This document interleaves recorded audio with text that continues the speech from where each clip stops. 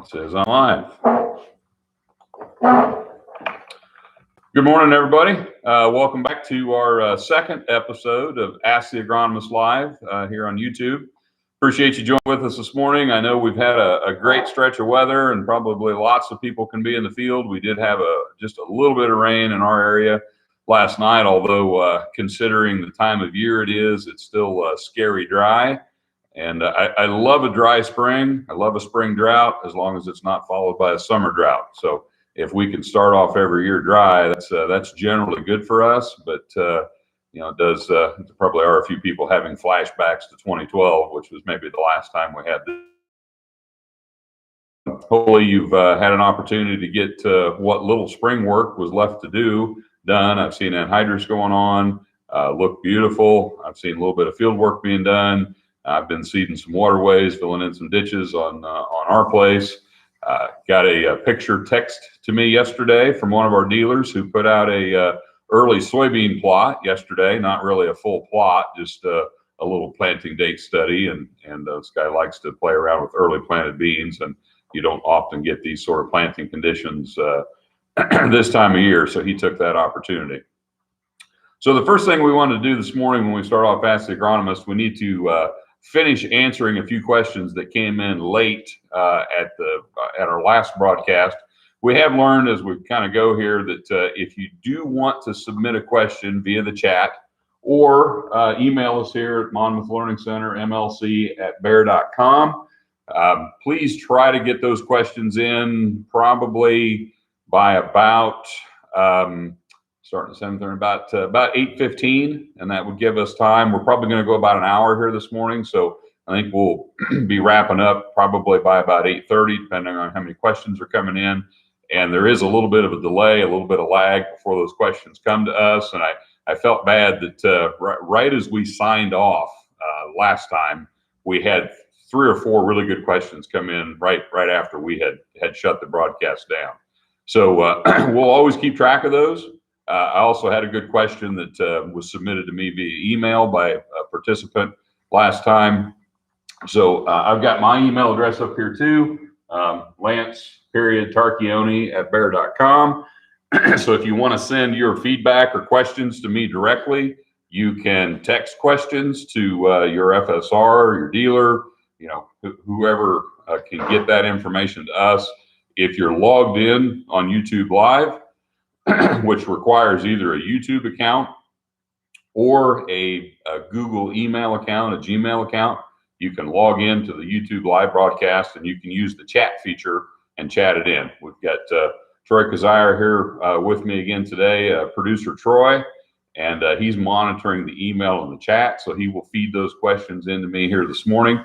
I also want to thank our host this week, which is Yetter Manufacturing, here in Macomb, Illinois. We've got a very beautiful training facility here, and they've graciously allowed us to set up here to do Ask the Agronomist Live this morning. So appreciate the guys at Yetter and them letting us use their facility. In fact, this beautiful whiteboard behind me just came in like 2 days ago. They haven't even used it yet. So I get to be the first person to write all over their brand new whiteboard, which if that was my whiteboard, I wouldn't want to let somebody else use it first. But they were cool about that. So again, appreciate them letting us use the facility. So with that, I think we'll dive right into finishing up last session's questions. So Troy, what was the first one?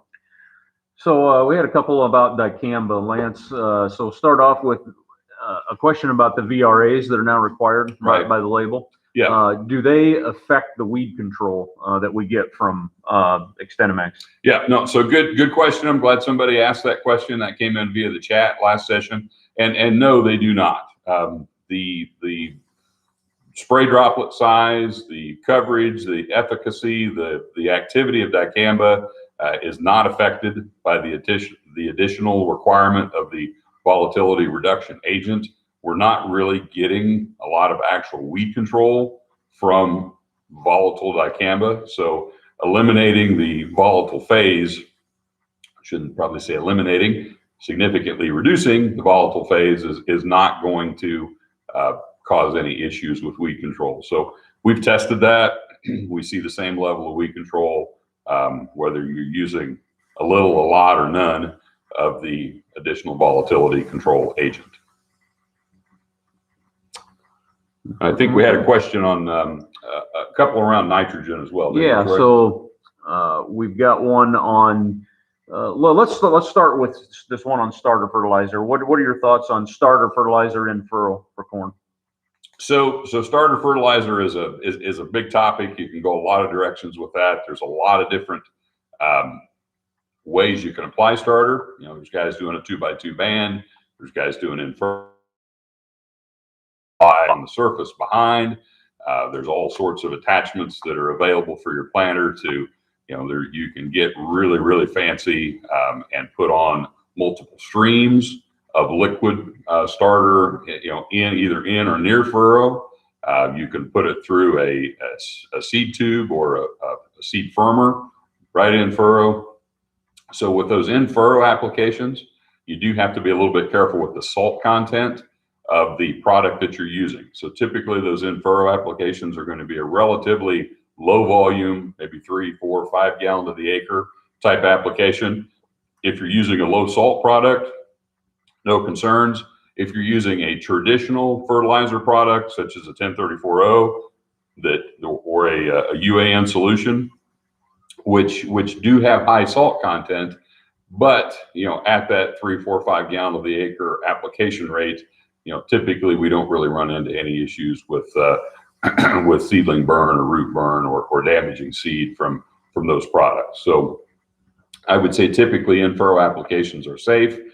You just want to be a little bit careful with your choice of material and the volume that you're applying. If you want to go with a higher rate and apply a lot of nitrogen, let's say, in your starter application, then you want to separate that product from the seed in a 2x2 or maybe a surface band behind the press wheels. A lot of different ways you can do it. In general, excuse me.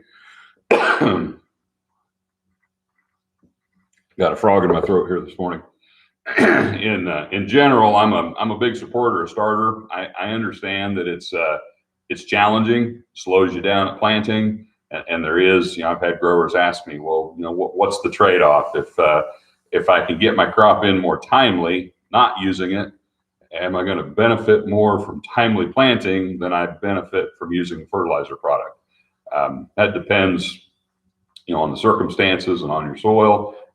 Sure, you can point to a year where getting done 2 days earlier planting had a huge impact on, you know, the final outcome yield of your crop. You can point to other situations where, you know, didn't make any difference whether you finished planting on May 5th or May 20th. You know, everything yielded about the same.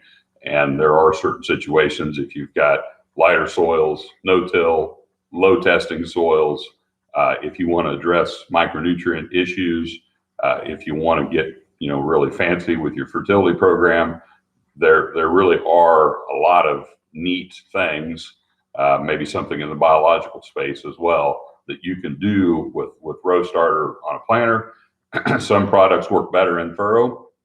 So if you're wanting to, we've done some research on, say, additional fungicide in furrow for crown rot protection and things such as that. My colleague Chris Carlisle has done quite a few trials looking at those sorts of products. So there are a lot of cool things you can do if you have that equipment on your planter. I know guys that have very, you know, sophisticated systems where they've got an in furrow system that, you know, they can play with stuff right in furrow, and then they've got a separate system on the planter. So, you know, a lot of guys, you say the word starter on the planter and they start having tremors and horrible images of dealing with that. And then you go all the way to the other end of the spectrum where you get guys that actually have two systems on a planter. They've got the in furrow system. They got a completely separate system that's off to the side, like more of a traditional 2x2 placement, where they're running, you know, maybe 20, 30 gallons of the acre of, you know, nitrogen, potassium, phosphorus, you know, sulfur, you know, a lot higher application rates. So a lot of different ways you can use starter. Generally, you know, I consider it to be a good practice, but it does require, you know, higher level management, more time during planting, And so there can be additional challenges that have to be managed.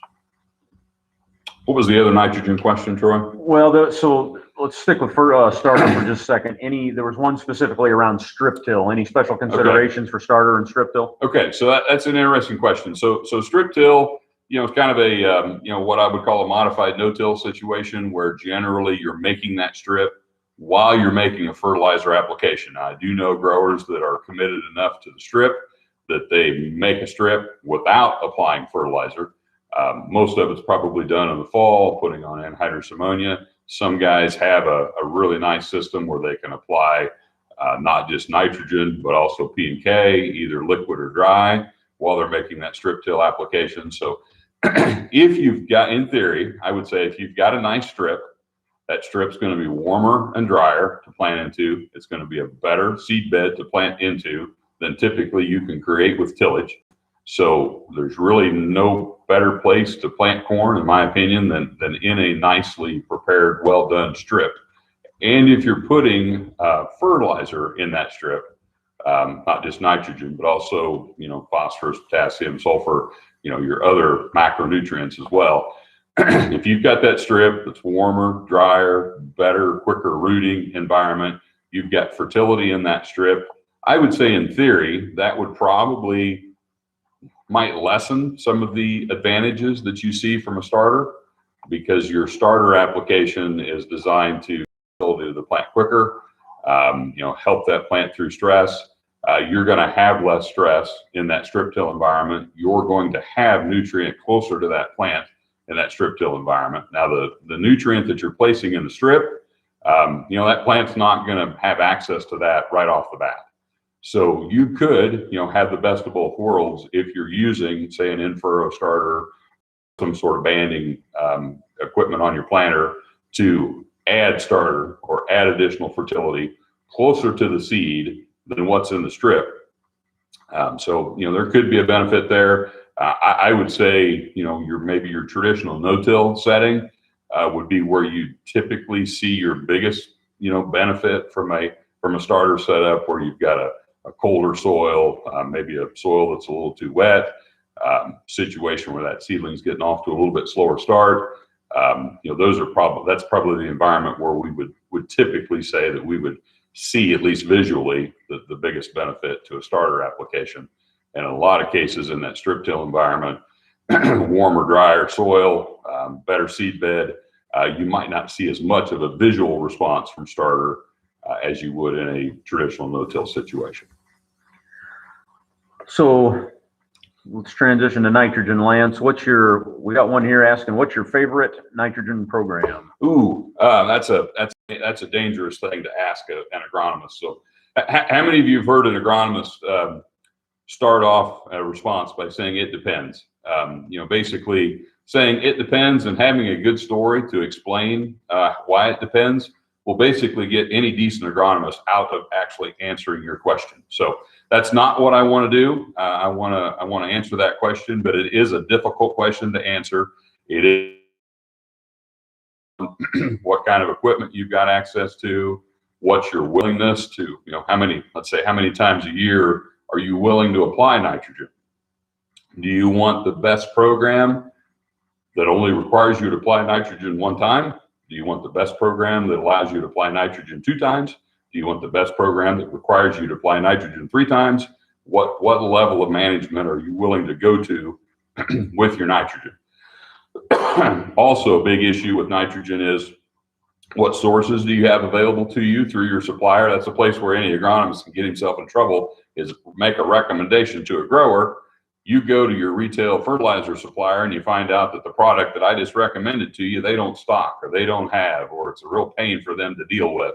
Then I'm in the hot seat with that individual at the retail location. So you probably want to have that conversation with your nitrogen supplier to find out, okay, I'm thinking about doing some different things with nitrogen. What works for you? What works for your equipment? What do you have available? What can you easily get me? So to truly answer the question, my personal favorite nitrogen program would be putting nitrogen on that crop about 3 different times, I'd put roughly half on in the fall if you're a fall guy. If you're not, a believer in fall nitrogen, you don't have to use any in the fall. But we're in a big fall nitrogen market in my area. Most of my customers want to do some fall nitrogen.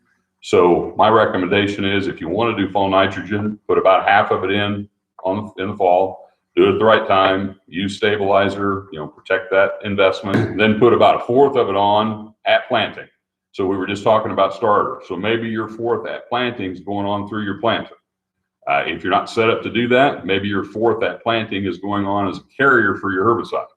That's the way I do it on my farm. We always, when we're making our pre-plant herbicide application and burn down, that's always going out with liquid nitrogen and sulfur in that application. And then if you're, so inclined, willing to go to the effort of doing some side dressing, I'd save a quarter for that side dress application. So that'd be what I call my half quarter program, where you're doing half in the fall, quarter at planting, quarter, I'm going to say relatively early side dress. I'm not a huge fan of really late side dress nitrogen unless you feel like you've had a lot of loss of nitrogen, or you're trying to win the NCGA yield contest. I don't know that I'm making a lot of recommendations for late applications of nitrogen. And when I say late, I would say later than waist high corn. So that corn plant is going to use most of its nitrogen before tassel, and you want that nitrogen on the field available to the plant before the plant needs it. Really not a good situation to get yourself into. We do have ways to apply nitrogen late, whether it's through a high boy type sprayer with a Kohler or Y drop setup. We have great tools to get late nitrogen on a crop, and if you have a crop that needed nitrogen yesterday, we've got the ability to do that. But I don't necessarily want to be planning to put nitrogen on a crop that it needed yesterday. You should be applying nitrogen to a crop that it's going to need 4 weeks from now, 6 weeks from now. It needs to be available before that plant needs it. So I'll tell a quick funny story. I was talking with a grower one time, very good producer, raises some phenomenal corn, high management producer. They're set up, they side dress every acre, farm pretty large scale, and so they've always been nervous about their side dress application. And would they run into a year where they just couldn't get it done? And that's what holds a lot of people back from side dressing. It is, we're trying to spray. If you're a like hay to put up, you got other things to do during the summer when you need to be side dressing. And it does get difficult to have the equipment, have the manpower to get all that stuff done. So they asked me that same question that somebody chatted in. What's my favorite nitrogen program? I went through the same story with them I just went through with you. I explained my half quarter. I explained why I liked it, and I said, that we agree with you. That's exactly the way we like to do it. But we're afraid we can't get that side dress application on, so we do half quarter. And they were being somewhat joking about that, but in reality, they were using that side dress application as a extra nitrogen, basically. They probably already had enough on from their fall and their pre-plant. They probably didn't need that side dress application. And that's the scenario that I see happen a lot of times with people who side dress. They get frustrated that they don't think they're seeing much of a benefit from side dress. So if you starve your crop of nitrogen, that'll make it easier to make side dressing look good. If you're using plenty of nitrogen, that's harder to make side dressing look good. Neither one of those scenarios is where you want to be. You want to be at the right rate of nitrogen that, sometimes side dressing pays, sometimes it probably doesn't. If side dressing is paying every time for you, you may not be using quite enough nitrogen up front. If you've never seen a benefit to side dressing, that probably means you're using too much nitrogen up front. And the challenging thing with nitrogen is there is no best program. There is no always the best program. There is, you don't know what the year's going to do to you. You don't know what the weather's going to be like. You don't know how much mineralized nitrogen you're going to get from organic matter. You don't know how much nitrogen you're going to lose due to leaching or denitrification. Nitrogen is extremely dynamic in the soil. And anytime I hear somebody say, best program or, the way you want to do it, I've seen every nitrogen program be wrong, and I've seen almost every nitrogen program be right, just depending on the environment, the weather, and the conditions. So you have to be willing to be flexible in the way you manage nitrogen. You have to look at what the weather's doing to you. Fix nitrogen issues in season sometimes, because by the time the crop is telling you that it needs more nitrogen, it needed it long before you realized it needed it. So I've heard I've heard people say that you never want to have your corn crop wanting for anything. You want to give it to it before it wants it, and I subscribe to that philosophy. One thing that we've learned from some of our high yield producers is I think when Y drops and some of the other technology came out several years ago, people thought we could get really, really precise, really, really prescriptive with nitrogen, and we can. And you can put on nitrogen every 2 weeks through the growing season if you want to. I don't know a lot of growers that want to spend their summer driving through big corn in a high boy sprayer. I know I certainly don't. But, the technology's out there to enable you to do that. We've got short corn coming in a few years that's going to make that even easier for you to manage your nitrogen that intensively if you want. If you don't put enough on up front, if your plan is to spoon feed nitrogen through the season, you're going to limit your yield potential, because that corn early in the growing season is going to sense that it does not have a luxurious amount of nitrogen available to it, and it's going to get a little defensive, and it's going to try to manage the amount of nitrogen that it feels it has. So those plants have the ability to sense their environment, respond to their environment. And the way a young corn plant responds to a nitrogen limiting environment is it reduces its ear size. And once it pulls back, once it gets conservative, you can throw all the money at it you want, and you're not going to get that lost potential back. So that's why I want at least half of your nitrogen on up front. I want at least 3/4 of it on before that plant, is about that tall. And that way it's not sensing that it's in a nitrogen limiting environment when it starts to determine its ear size, which is going to start at about V5. So those are my thoughts around nitrogen. It's a pretty complex topic. There are a lot of nuances to it. There are a million different ways to do nitrogen right. And there's about 2 million different ways to do nitrogen wrong. And if you do it this way and somebody else does it that way, it doesn't necessarily mean one's better than the other. They can both work equally well. I use a lot of liquid nitrogen in my program. Some people don't use any liquid at all. Some people use anhydrous and liquid. There's a lot of different ways to do it. You can use dry nitrogen. You can side dress with dry. You can put dry on pre-plant. There's lots of different options out there.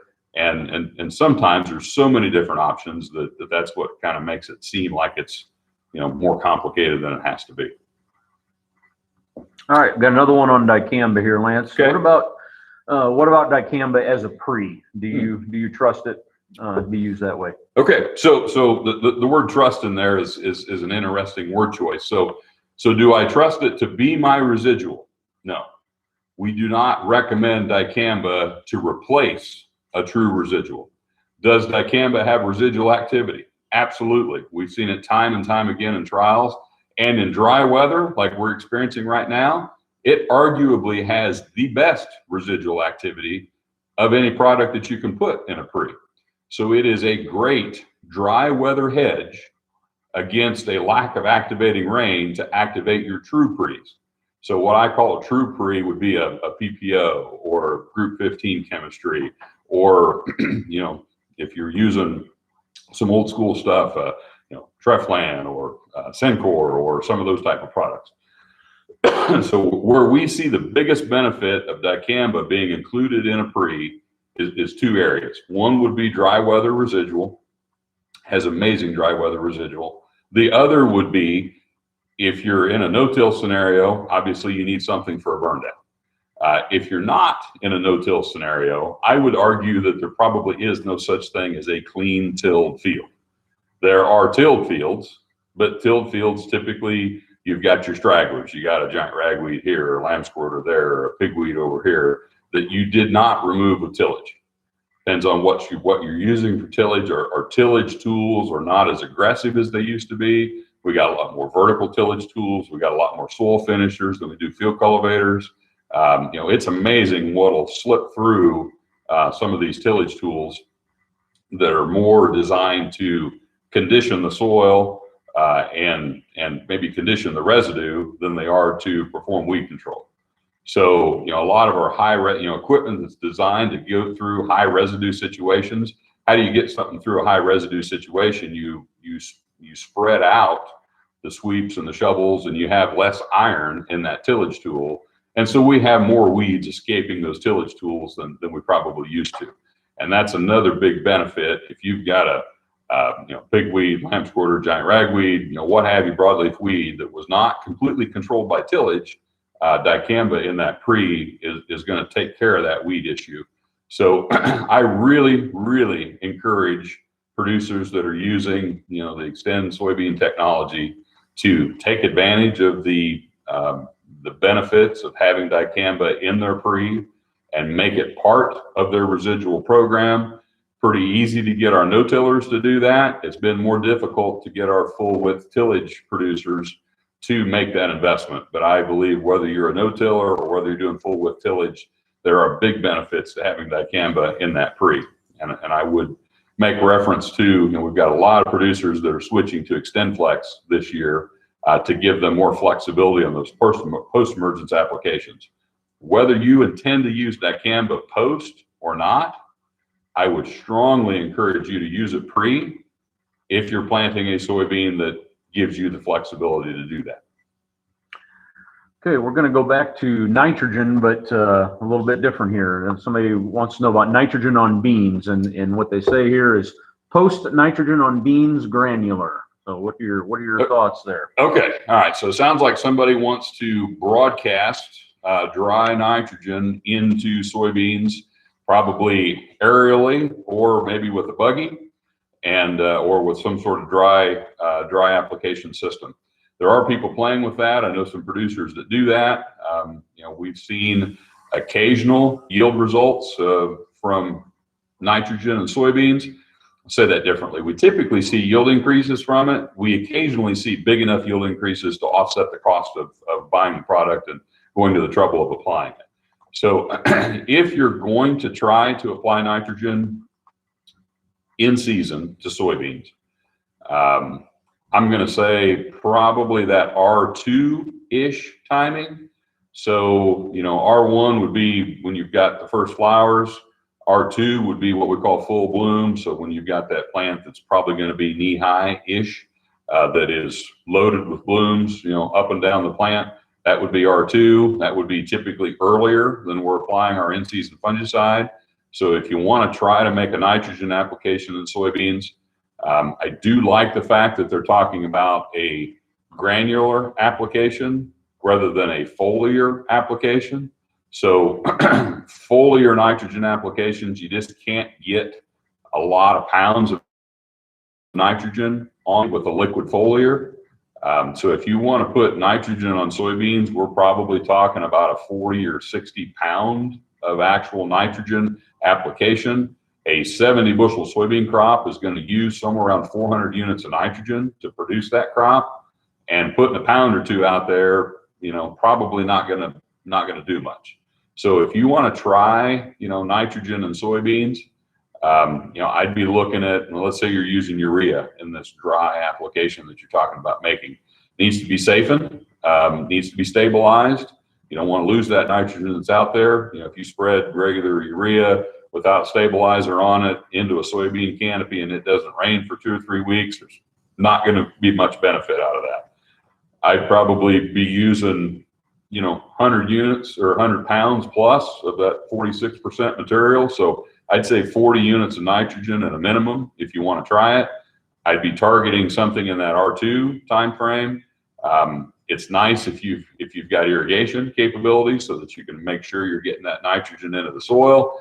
And I would prepare yourself for frequent disappointment, because it's been really frustrating trying to get consistent nitrogen responses out of soybeans.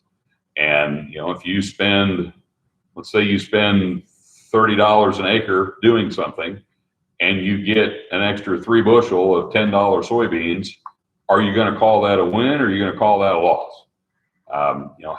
Have realistic expectations. We tend to see a more consistent response to nitrogen in soybeans at yield levels above 70 bushel. We also tend to see more consistent response to nitrogen in soybeans on irrigated ground. We tend to see a more consistent response to nitrogen on low organic matter soils that are providing less nitrogen to that crop naturally. But even in those scenarios where we tend to see a more consistent response, it's still pretty darn inconsistent. So we are not making, typical nitrogen recommendations in soybeans. We just don't really see a consistent benefit from a sustainability standpoint and good fertility management and good stewardship principles. There's a whole argument to be had. Is it responsible, or is it wise, or is it smart to be putting nitrogen on a crop that in theory can fix its own nitrogen? It is, scientifically provable that it's impossible for a soybean crop to fix all the nitrogen that it needs. So the soybean plant is going to use nitrogen from the soil to supplement what it can fix itself. And in theory, as soybean yields climb, soybeans will more often be in a nitrogen limiting situation where in theory they should benefit from an application of nitrogen. But it's been a challenge to see that benefit consistently. I see Troy smiling back there at me because he spent a lot of years beating his head against the wall at Monmouth trying to get soybeans to yield more with nitrogen. And probably no harder place to do that than Monmouth. If you've ever seen the soil at Monmouth, there is a lot of mineralized nitrogen coming out of that soil. And some of the work that I've seen that has shown the most consistent response to nitrogen in soybeans has been on irrigated ground in soils with less than 1% organic matter where they're achieving very high yields. And if that is your scenario, you're more likely to see a benefit. All right. Next question up, Lance, is what is Bayer doing in the biological space? Yeah. So biologicals is kind of a big boom area right now within agriculture. You've probably heard a lot of companies talking about sustainability. Everybody's looking for, you've heard companies talking about carbon. There's a lot of work, investment that's going into looking for biologicals. We've been putting, biological products in our seed, incorporating them in our seed treatments at DeKalb for several years. We continue to look for microbes that can enhance the yield and enhance the ability of the germplasm. And most of those products are designed to help that plant access nutrients from the soil.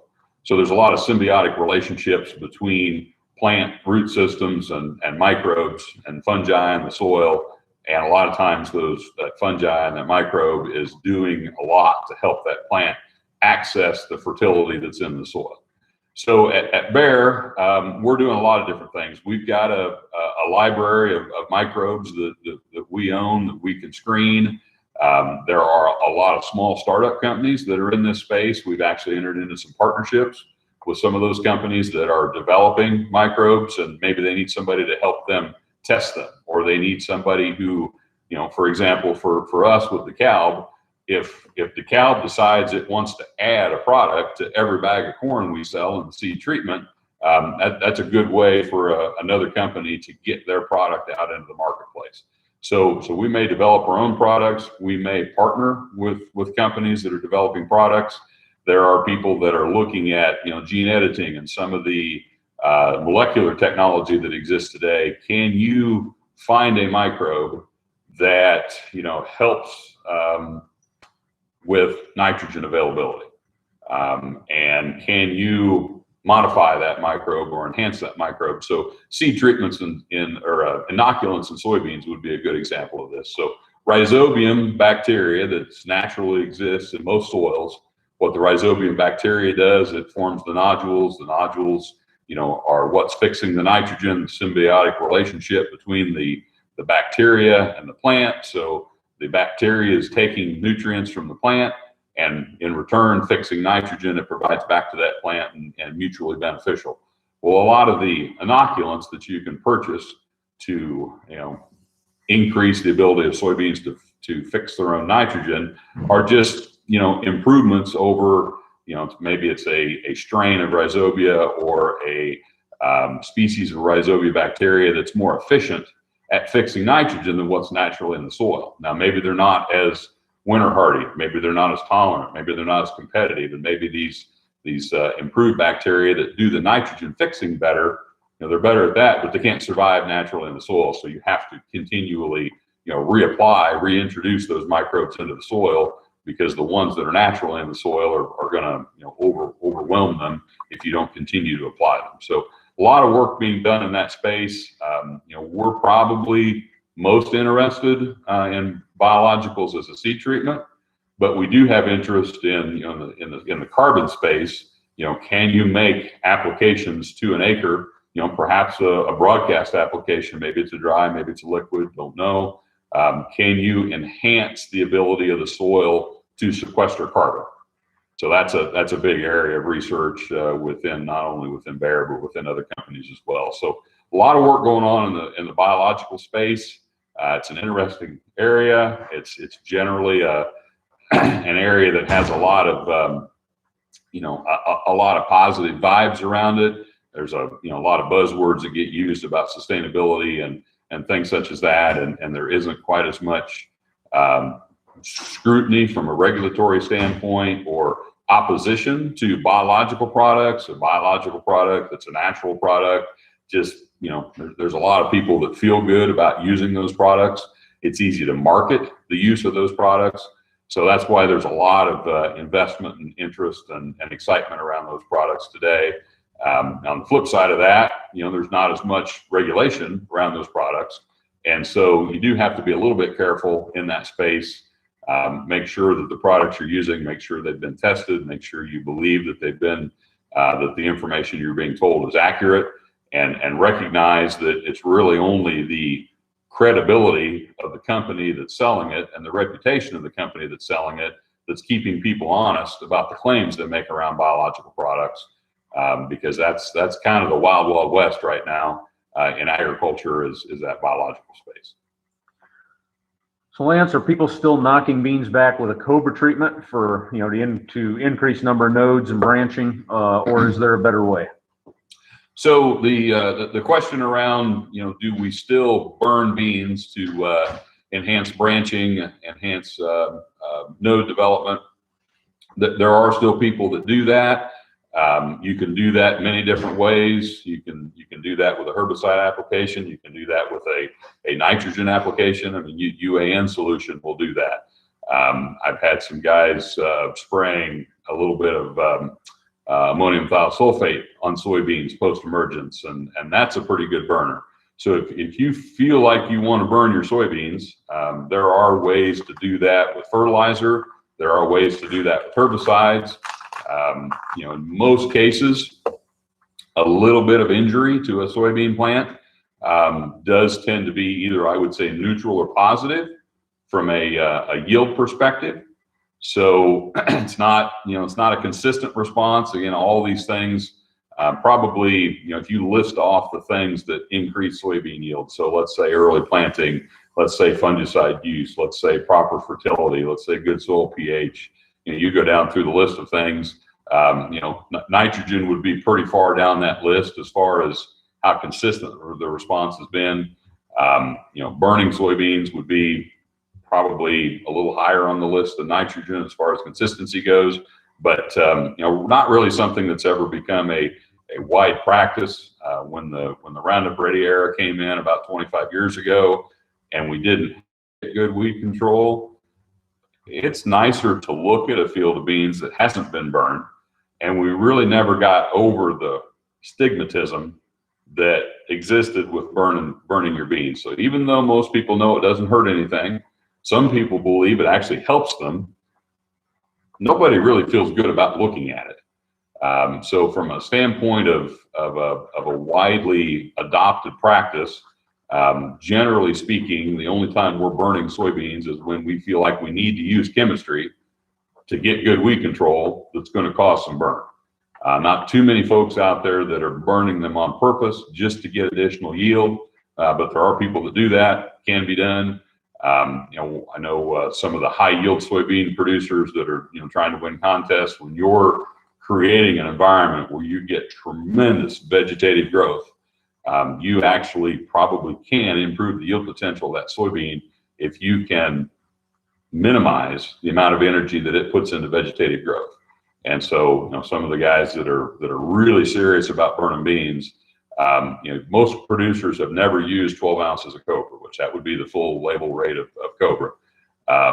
6 or 8 or 10 does a pretty good job burning your beans. But I know guys that, if you really want to get serious about burning your beans, full rate of Cobra, use UAN as a carrier and throw some crop oil in with it.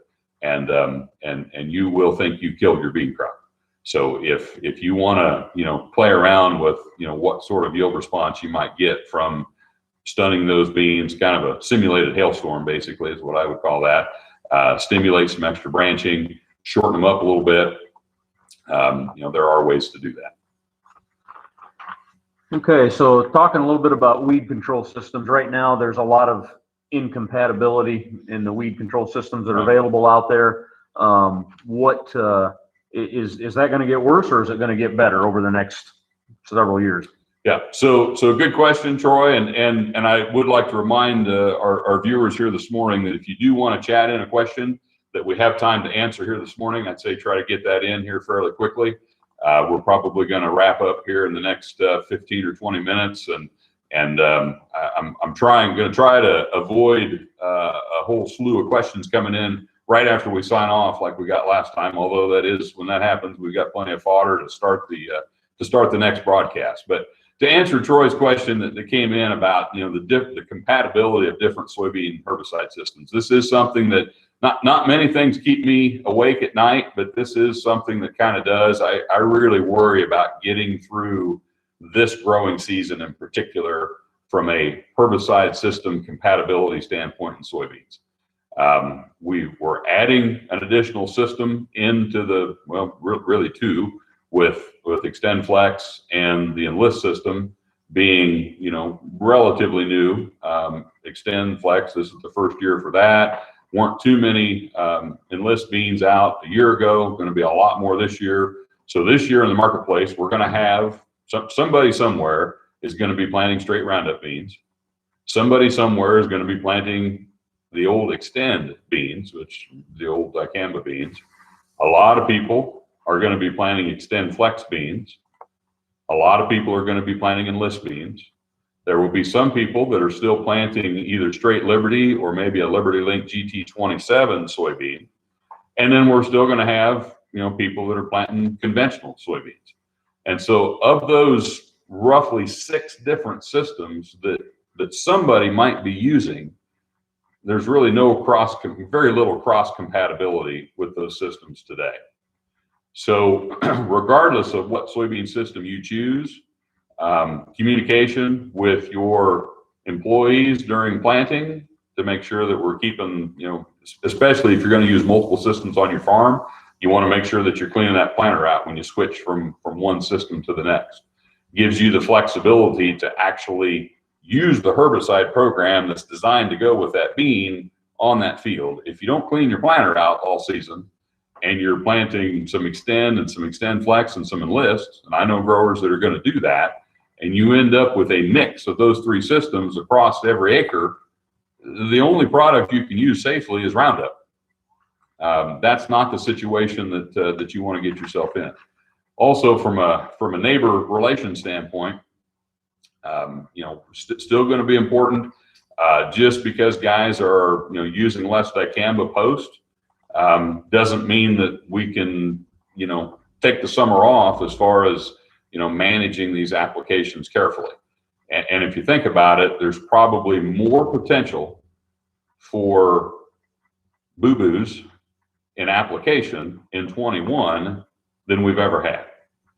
Because if you're using the Enlist system on your E3 soybeans, you can't spray that on Dicamba Enlist beans.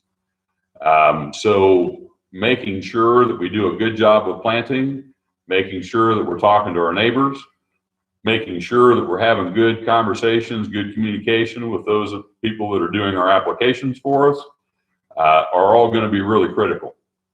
Looking ahead, I'm very excited about the next technology that we have coming from Bayer, which we call HT4. HT4 refers to our 4th generation of herbicide technology. HT4 will, I believe, be the first trait lines that gives you the ability to use Roundup, Liberty, Dicamba, 2,4-D, or HPPD chemistry, if any of that ever becomes labeled for soybeans, on one plant. And it gets us to the point where you could buy an HT4 soybean from Asgrow, and if you like 2,4-D more than Dicamba, you can use 2,4-D. If you like Dicamba more than 2,4-D, you can use Dicamba. If you want to stay away from all the growth regulators and just rely on Liberty, you can do that. So you really have ultimate, application flexibility with that HT4 system. We're a few years out from that technology being in the marketplace. So for the foreseeable future, we've got what we've got. The Extend system is going to go away, be replaced completely by Extend Flex starting in 22 in our part of the world. So we'll have Extend Flex beans, we'll have Enlist beans. The Liberty and the Liberty Lake GT27 are being, in most cases phased out. Most companies that are on that platform are headed in an Enlist direction. So I think for the next few years, the 2 dominant systems in the marketplace are going to be Extend Flex and Enlist. And those 2 trait platforms are going to be duking it out based on yield, based on germplasm, based on weed control, based on application flexibility. And both of those systems are going to have, valid arguments continue to be incompatible with each other. So as you're managing through the next few years with soybeans, there are a lot of basic weed control principles that apply to whatever technology. So using a good residual pre, using additional residual post in an overlapping residuals fashion, using multiple modes of action, spraying weeds when they're smaller, being more aggressive in controlling weeds, taking preventative steps rather than reactive steps to manage weeds. Those are good basic weed control principles that apply to whatever system you want to use. But we will have to be on our toes for the next several years, I think, to make sure that we're managing things successfully. So any more questions that have come into the chat, Troy? Can you maybe provide some clarification, Lance, on the situation around the endangered species areas and the Dicamba label? Yeah. So endangered species language and pesticide labels is something that's here to stay, and we believe is probably going to, over time, impact a lot more products than just Dicamba. Anytime something gets re-registered from here on out, or any new products that come out from here on out, endangered species protection is a very, very, very high priority within the regulatory agencies today, and we don't see that changing. So specific to Dicamba, there are counties, and in some states, it's actually not the whole county, it's just an area of a county. So there are websites that are set up, USDA or EPA websites that are set up for the applicator to go to and see if is the field that I'm going to make an application in, is it in an area where endangered species protections exist? And if it is, there are additional buffer requirements that have to be managed. Those buffers get a little larger if you're in an endangered species area. And it's not just a downwind buffer that you're concerned about. There's something called an omnidirectional buffer, which you've got your downwind, and in theory, you've got one side that's downwind, and then you've got your omnidirectional buffer on the other 3 sides. So if you're in a county, or if you're in an area that has those additional endangered species restrictions, it does frankly get a lot more challenging to manage Dicamba in an application. And that's something that you need to be aware of.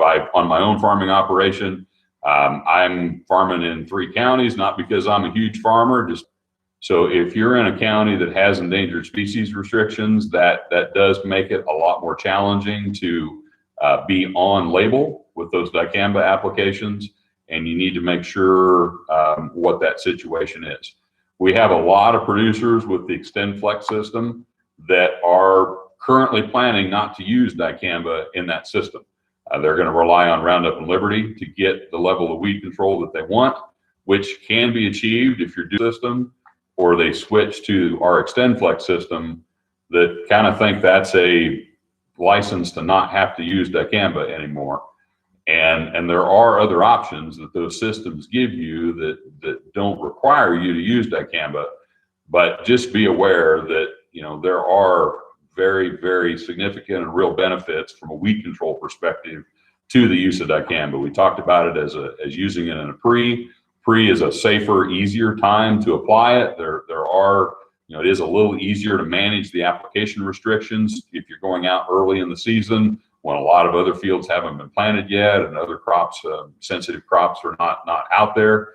And I really, really, really encourage, even if you don't have the intention of using dicamba post, give yourself the opportunity to.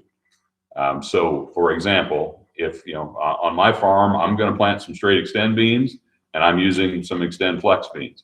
I'm going to keep those fields separate when I plant them. I'm going to clean the planter out between. You might say, well, you know, why would you do that? You can spray dicamba on all those beans. Why can't you just throw it on the planter and go? Well, then you don't have the option to use Liberty, if you so choose, on those XtendFlex beans if you've got straight extend beans mixed in with them. So you want to give yourself the ability to use the system that was designed for the bean you're planting. And that's why I feel it's important to keep things separate. So, you know, make sure, you know, a lot of us have, you know, employees that do a lot of our workforce on the farm. I certainly do. I'm supposed to be busy being an agronomist for Bayer. I'm not supposed to be farming. So somebody else is generally doing all my planting for me.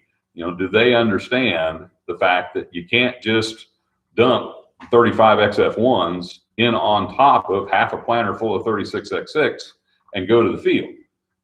You'll be planting some damn good high yielding beans if you do that, but you've messed up your herbicide system and you've locked yourself into not being able to use a component of that XtendFlex system if you do that. We just got one more here, Lance. What about early planted beans in Illinois?